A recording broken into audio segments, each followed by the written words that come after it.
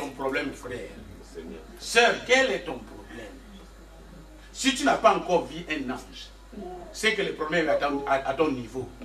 C'est comme si on a mis la nourriture à table et puis on a mis une chaise pour que tu t'installes. Un ange ne viendra pas te soulever pour te mettre sur la chaise. Non, c'est toi. Ça, c'est ton niveau. Amen. Nous sommes là. Amen. Ton problème là est à ton niveau. Alléluia. La solution est dans ta main. Amen. Si l'ange n'est pas encore venu, c'est que c'est à ton niveau. Alléluia. Mais voilà, Dieu, Daniel se retrouve dans la fosse au lion. Le roi va gêner. Il ne va pas manger, il ne va pas dormir. Il ne va pas s'approcher des femmes à cause de cet homme de Dieu. Il y a des gens, vous savez, là où moi je suis, j'ai donné des ordres. J'ai des gens qui travaillent pour moi. Hein? Vous savez le travail que je leur ai donné? Ils ne dorment pas la nuit. Ils cherchent à me faire du mal toute la nuit. Amen. Vous les voyez le matin fatigués. Or qu'ils étaient en train de me chercher, ils ne m'ont pas vu la nuit. Est-ce que nous sommes là? C'est ce que tu es. Alléluia. Tu vas dormir calme. Il va venir, il va sauter. Il va même marcher sur toi, mais il ne va pas te voir. Mais sauf que le matin, il te va sortir de la maison. Amen. Toi, tu n'es pas parti à Bordeaux? Non, j'étais ici. Alléluia. Apparaîtra. Quand tu viendras à mon insu, comme ce n'est pas mon niveau, mon ange va apparaître. Amen. Et quand il va apparaître, il va te corriger. Alléluia. C'est vrai. Bien aimé, le roi lui-même est parti jusqu'à la fosse. Alléluia. Avant de toucher même à la pierre. Il dit Daniel. Il avait la foi. Alléluia. Il voulait parler aux os de Daniel ou bien quoi. Quand les lions mangent, ils ne laissent pas l'os, ils vous l'avalent. Mais je vous dis, il a appris. Daniel, tu es là? Il est là. Il dit, oh roi, je suis là. Alléluia. Alléluia. Je suis là. Alléluia. Il y avait des lions dans la fosse. Je sais qu'ils avaient laissé ces lions affamés. Oh. Mais bien aimé, Daniel arrive. Je vais vous donner le secret des chiens. Un chien pour te mordre, il doit vérifier quelque chose. Il va vérifier d'abord si tu as la peur. Si tu as peur, il te mord. Il va te mordre. Si tu fuis, il va te mordre. Mais si tu restes debout, sur place, tu ne bouges pas, il va crier à côté de toi. Il ne va pas te mordre. Amen. Il peut même te lécher, mais il ne va pas te mordre. Amen. Il va partir. Nous sommes là. Amen. Les chiens sentent l'odeur de loin. Amen. Je suis convaincu que les lions qui étaient dans la fosse avaient senti l'odeur. Alléluia. Et quand ils ont senti l'odeur, surtout les chefs, parce que chez les animaux, il y a les chefs aussi. Amen. Les chefs ont dit, j'ai toujours senti les odeurs. Amen. Mais cette fois-ci, que chacun se débrouille. Que chacun se débrouille. Tournons les dos, il y a quelqu'un qui doit venir dormir ici.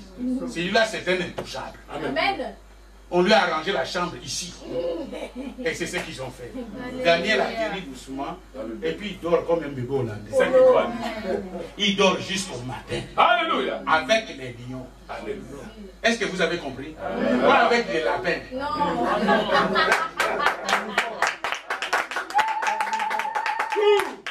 Même si c'était avec les rats, vous savez ce que les rats font, non? Il va mordre et puis pour que tu ne sentes pas la douleur. Mais je vous dis, il était avec les lions. Les lions ont dormi comme jamais. Jusqu'au matin. Et voilà le roi qui vient, qui donne l'ordre de faire sortir Daniel de la fosse. Daniel est sorti de la fosse. Qu'est-ce que le roi avait dit? Le roi avait dit, prenez les gens qui avaient jeté Daniel dans la fosse. Jetez ces gens avec leur famille dans la fosse. Frère, lis encore, continuez. Nous sommes fatigués? Non. C'est la fête, n'est-ce pas? Amen. Ok. Frère, lis rapidement. Continue la lecture, là où tu étais arrêté.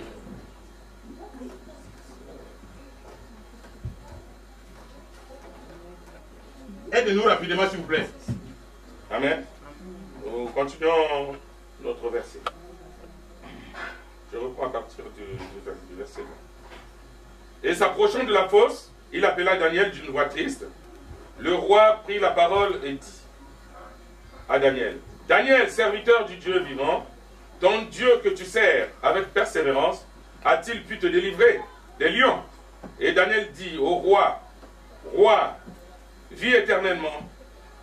Mon Dieu a envoyé son ange et enfermé la gueule des lions, qui ne m'ont fait aucun mal, parce que j'ai été trouvé innocent devant lui et devant toi non plus, ô roi. Je n'ai rien fait de mauvais. Et alors le roi fut très joyeux et il ordonna qu'on fasse sortir Daniel de la fosse. Daniel fut retiré de la fosse et on ne trouva sur lui aucune blessure parce qu'il avait eu confiance en son Dieu. Le roi ordonna que ces hommes qui avaient accusé Daniel soient emmenés et jetés dans la fosse aux lions, eux, leurs enfants et leurs femmes. Et avant qu'ils soient parvenus au fond de la fosse, le lion les saisirent et brisèrent tous leurs os. Alléluia. Vous savez ce que les lions avaient fait? Les lions avaient fait ce que moi j'appelle le partage aérien. Alléluia. C'est-à-dire, les gens n'ont pas touché la terre. Ou bien nous n'avons pas compris quand le pasteur a lu. Les gens n'avaient pas touché la terre et chaque lion avait pris sa part en l'air. Je pense qu'avant de bondir sur le trou là-bas, ils avaient déjà avalé. Au moment où Daniel avait passé la nuit avec eux. Nous sommes là. Amen. Quel est ton problème? Quelle est ta situation? Bien aimé, je vais vous montrer des secrets terribles dans la vie. Je vais vous parler de deux personnes. Et puis je vais arrêter par là. Ces deux versets, ces deux derniers versets. Ces deux personnes. Vous parlez de ces deux personnes. Ou de ces deux catégories.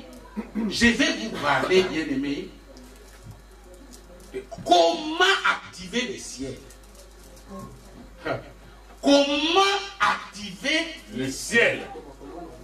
Pour que tu voies des choses comme nous avons parlé de Daniel, de Paul, de Pierre et les autres que Dieu a envoyé des anges. Amen. Comment activer le ciel? Mais aujourd'hui, je vais vous parler, pas de la bénédiction des chrétiens, mais je vais vous parler des païens bénis par Dieu. Alléluia. C'est le contraire, n'est-ce pas? Amen. C'est écrit dans la Bible. Amen. À notre honte, heureusement qu'il n'y a pas de païens ici. S'il y avait un païen, ça allait être la honte. Mais je vais vous dire ces choses.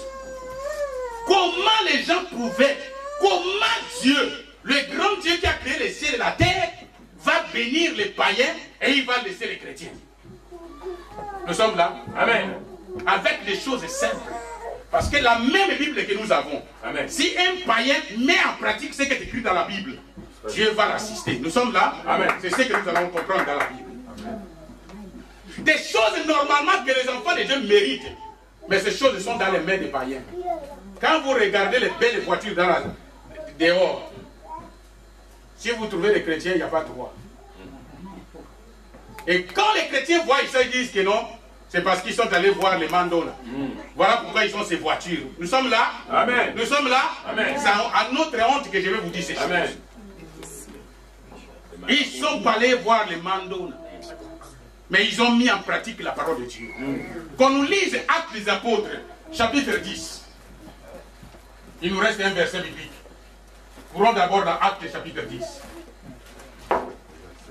Actes chapitre 10. Verset 1. Amen.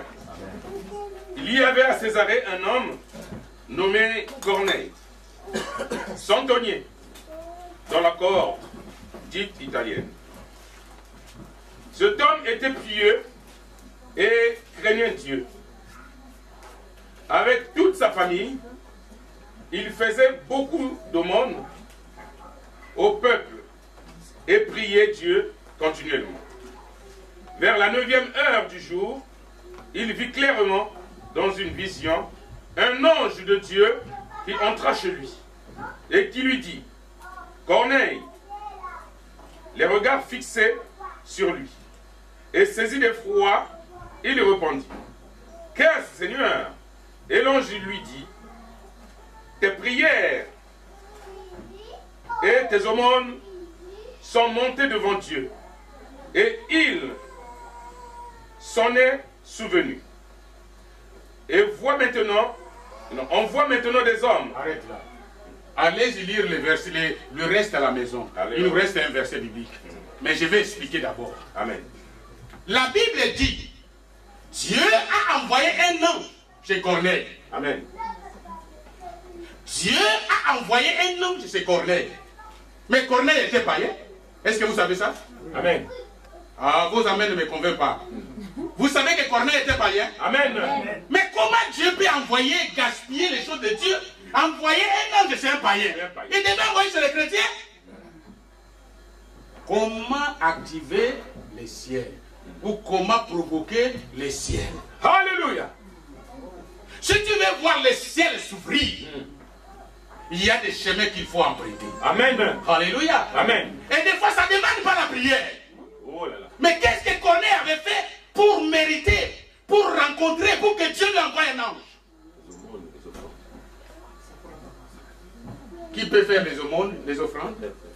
N'est-ce pas les enfants de Dieu? Hein? Mais c'est grave, hein? C'est les païens qui sont en train de faire. Ils le font. Regardez ce que le musulman. Vous savez pourquoi vous n'avez pas de ça? Je vais vous dire ça à notre honte. Où priaient les musulmans? Dans les caves, n'est-ce pas, ici en France. Ils sont maintenant où? Ils sont à la surface. Ils sont dans des mosquées. Vous savez combien la France a vendu des mosquées, des espaces aux musulmans? Combien? 1 euro symbolique, si vous n'avez pas l'information. 1 euro symbolique. Or, moi je connais des églises qui ont 1 million d'euros, 500 000, mais qui n'ont même pas une salle pour louer. Vous savez pourquoi? C'est-à-dire quand un problème arrive à Marseille, le premier que vous allez voir là-bas, c'est qui? Les musulmans. Avec les dons. Mais où sont les dons des chrétiens? Zéro. Où sont les dons des chrétiens? Zéro. Voilà pourquoi la France a compris. Il dit, nous ne pouvons pas laisser ces gens comme ça. Ils sont là pour nous aider. Ils sont là pour nous aider. Malgré qu'ils n'ont pas dit, on leur a donné. Qu'est-ce que vous voulez dire? Vous voulez les attaquer? Non. Parce que ce sont des choses que les chrétiens doivent faire. Ils ne font jamais. Mais ne le font jamais. Quand tu rencontres quelqu'un sur la route qui te demande un euro, tu dis quoi? Est-ce que moi je connais son état d'âme? Qui connaît ton état d'âme? Alléluia. Amen. Quand tu dis ces choses, Dieu te regarde. Amen. Ne t'étonne pas qu'il y ait des païens qui sont hyper bénis. Tout le monde n'a pas touché au fétiche. Amen. Parce qu'ils sont en train de pratiquer la parole de Dieu. Dieu envoie les anges. Amen. Dieu envoie la bénédiction. Alléluia. C'est notre honte. Quand vous voyez un pasteur prêcher comme ça, est-ce qu'ils ne se sont pas entendus avec le pasteur Serge pour qu'il vienne nous soutirer un peu d'argent? Non. Non. C'est une grâce pour vous. J'ai dit c'est une grâce pour vous. Nous sommes là. Amen. Vous devez comprendre ces choses. Ils sont venus nous piller. Qui est venu te piller? Des choses que tu devais faire librement. Vous poussez même les pasteurs à voler maintenant.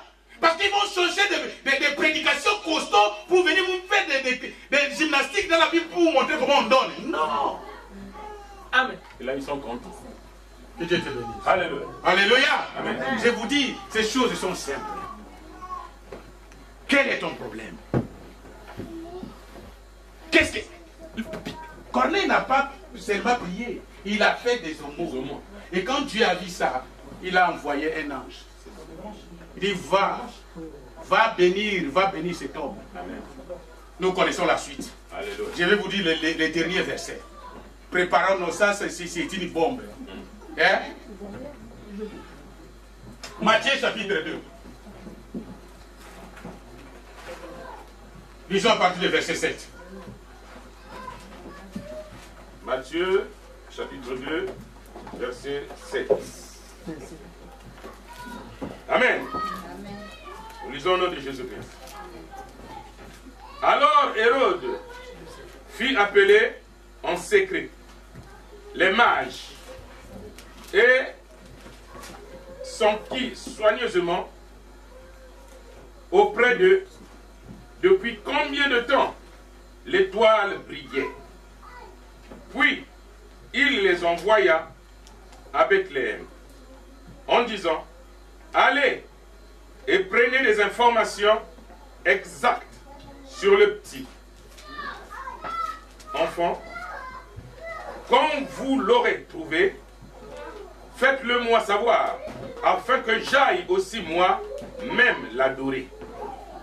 Après avoir entendu le roi, ils partirent, et voici l'étoile qu'ils avaient vue en Orient aller devant eux jusqu'au moment où, arrivé au-dessus du lieu où était le petit enfant, elle s'arrêta. Quand ils aperçurent l'étoile, ils furent saisis d'une très grande joie. Ils entrèrent dans la maison, virent le petit enfant avec Marie sa mère, se prosternèrent et l'adorèrent. Ils ouvrirent ensuite leur trésor et lui offrirent en présence de l'or, de l'encens et de la myrrhe. Puis, divinement avertis en songe de ne pas retourner vers Hérode, ils regagnèrent leur pays par un autre chemin. Amen. Amen. Amen. J'ai dit, si ça c'est une bombe. Même celui-là qui est en train de dormir, réveille-toi parce que c'est la fin. Alléluia. Si tu as raté le millier, mais profite de la fin. Amen. Bien aimé, écoutez, nous sommes très jaloux, nous, enfants de Dieu. Quand nous voyons un frère béni, un païen béni. Mais pourquoi ces gens sont bénis?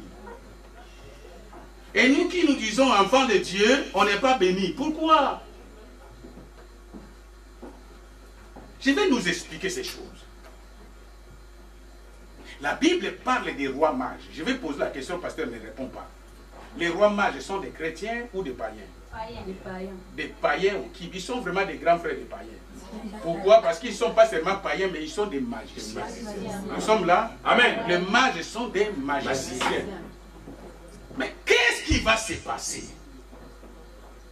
Le roi mage ou le magicien avait l'information exacte sur Jésus-Christ. Amen. Mais les enfants de Dieu ne savaient pas. Vous savez ce qui est arrivé? Jésus venait de naître. Aucun sacrificateur, aucun sadducéen, aucun serviteur, ni prophète n'avait su que Jésus était né. Mais le magicien avait l'information. Ils sont venus jusque chez Hérode. Et comme ils ne pouvaient pas entrer sans visa, ils sont allés dire à Hérode, il y a quelque chose dans ton pays. Nous sommes derrière une étoile, mais cette étoile nous indique la direction que l'étoile prend, c'est dans ta juridiction. Qu'est-ce que nous allons faire? Est-ce que tu peux nous permettre d'entrer? Quelle est cette information, cette étoile? Ça veut dire quoi? Oh non, mais quand vous voyez cette étoile, c'est qu'il y a un enfant qui vient de naître. Cet enfant doit venir du ciel, des choses comme ça. Des païens sont en train d'évangéliser. Attendez. Bien aimé, Hérode va dire, non, avant de partir, attendez. Il a fait appel au sacrificateur. En ce moment, il n'y avait pas de Bible, hein, mais ils avaient des rouleaux. Amen. Il a dit au sacrificateur, est-ce que cette histoire c'est vrai? Les sacrificateurs ont dit, attends, nous allons vérifier. Ils ont vérifié dans les rouleaux, ils ont trouvé ce que la Bible ou les rouleaux disaient, c'était déjà écrit. Amen. Mais ils avaient ça ici sur leurs essais. Mais ils ne faisaient pas attention. C'est ce que nous sommes en train de faire. Avec la parole de Dieu. Alléluia. Nous sommes là seulement pour critiquer. Amen. Oh, le pasteur a dit ceci. Et il a voulu demander ceci. Il a dit ceci. Mais écoutez-moi bien aimé. Nous sommes en train de perdre, de passer à côté de nos bénédictions. Alléluia. Amen. Écoutez, la Bible dit, Hérode dit hommage, allez-y. Si vous les voyez, venez me donner l'information. Moi-même, je vais aller adorer. Lisez bien la Bible. Hérode n'avait pas envie d'aller adorer. L'envie d'Hérode, c'était d'aller tuer cet enfant. Mais quand les mages sont arrivés devant l'enfant, écoutez la bombe. Les mages arrivent. Voilà l'enfant. Ce sont des magiciens, n'est-ce pas? Qu'est-ce que les magiciens peuvent faire? Détruire la vie de l'enfant. S'il ne peut pas donner un coup de poing, peut-être faire des gris-gris et lancer des mauvais sorts sur l'enfant. Mais la Bible dit qu'ils sont venus se mettre à genoux. Ils ont adoré le roi des rois. Après avoir adoré le roi des rois, qu'est-ce qu'ils ont fait? Ils ont ouvert ensuite leur trésor. Parle encore fort. Ils ont... Amen. Ils l'adoraient, ils se prosternèrent et l'adorèrent. Ils ouvrirent ensuite leur trésor et lui offrirent en présent de l'or, de l'encens et de la myrrhe. Qui est en train de faire ces choses? Un magicien, un marabout, un occultiste.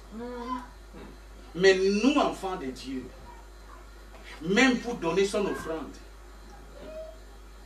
vous savez, pour d'autres ici vont donner l'offrande le jour où le pasteur Serge va parler, sa langue tombe par terre, dit ah, comme la langue est par terre, c'est la vérité maintenant, je vais donner. Ils vont donner des centimes, des centimes.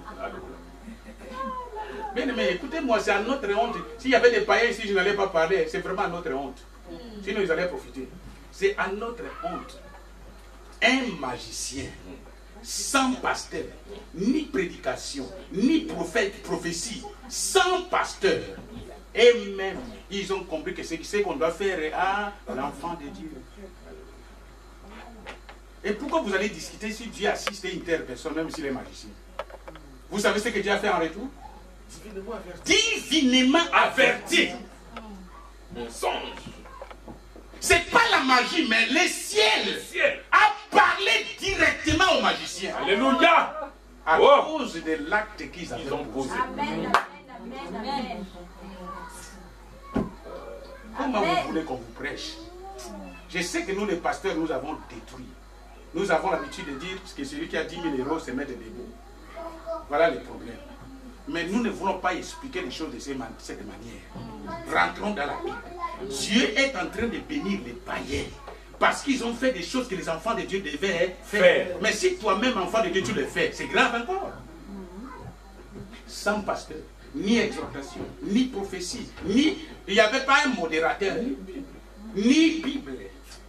Quand vous savez pourquoi ils se sont déplacés avec l'or? Ce sont des choses de valeur qu'ils ne pouvaient pas laisser, sinon un autre magicien allait voler. Mais arrivé devant le roi des rois, il dit, mais qu'est-ce que je vais faire avec ces choses? C'est pour toi. C'est pour lui. Alléluia. Amen. Qu'est-ce que tu as déjà fait, comme tu es là, pour un homme de Dieu dans ta vie? Alléluia. Amen. Qu'est-ce que tu as déjà fait pour un homme de Dieu dans ta vie? Tout. Pasteur. Amen. Qu'est-ce que vous avez déjà fait pour votre pasteur?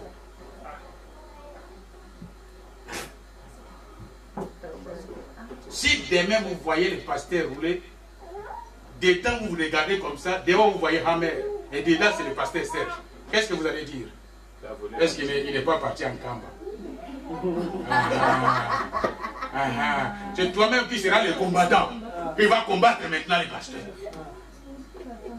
Bien aimé, qu'est-ce que tu as déjà fait pour Dieu? Alléluia. Nous faisons nous tous les calculs comme les Congo de Bazaïr. C'est-à-dire, si je dis que dans la semaine c'est 6 euros, 1 euro par jour, même si l'enfant tombe malade, on va prier, on va prier. Qui est bon, il va guérir. Il y a des maladies qui te demandent de prendre un aspirine. Nous sommes là. Amen.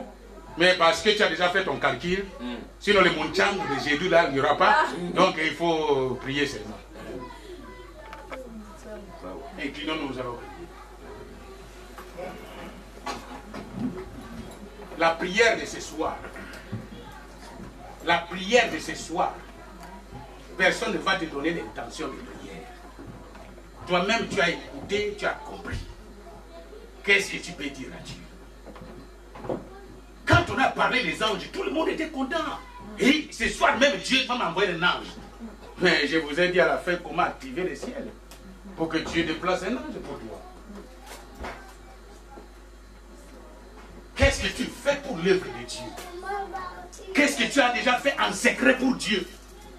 Qu'est-ce que tu as déjà fait pour les gens qui souffrent sur la route? Qu'est-ce que tu as déjà fait pour les hôpitaux? Nous voyons les musulmans faire ça. Quelle est ta situation? Quel est ton problème? Prions.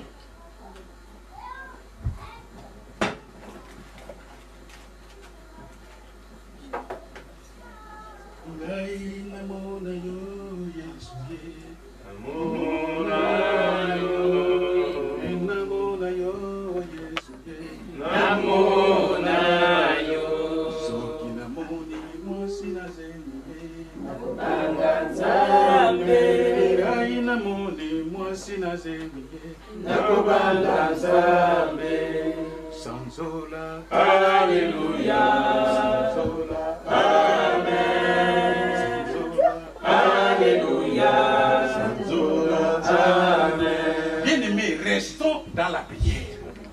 Restons dans la prière. Il faut que quelque chose se passe. Il faut que Dieu lui-même te visite. Il faut qu'il t'envoie un ange pour voir clair dans ta situation ce soir.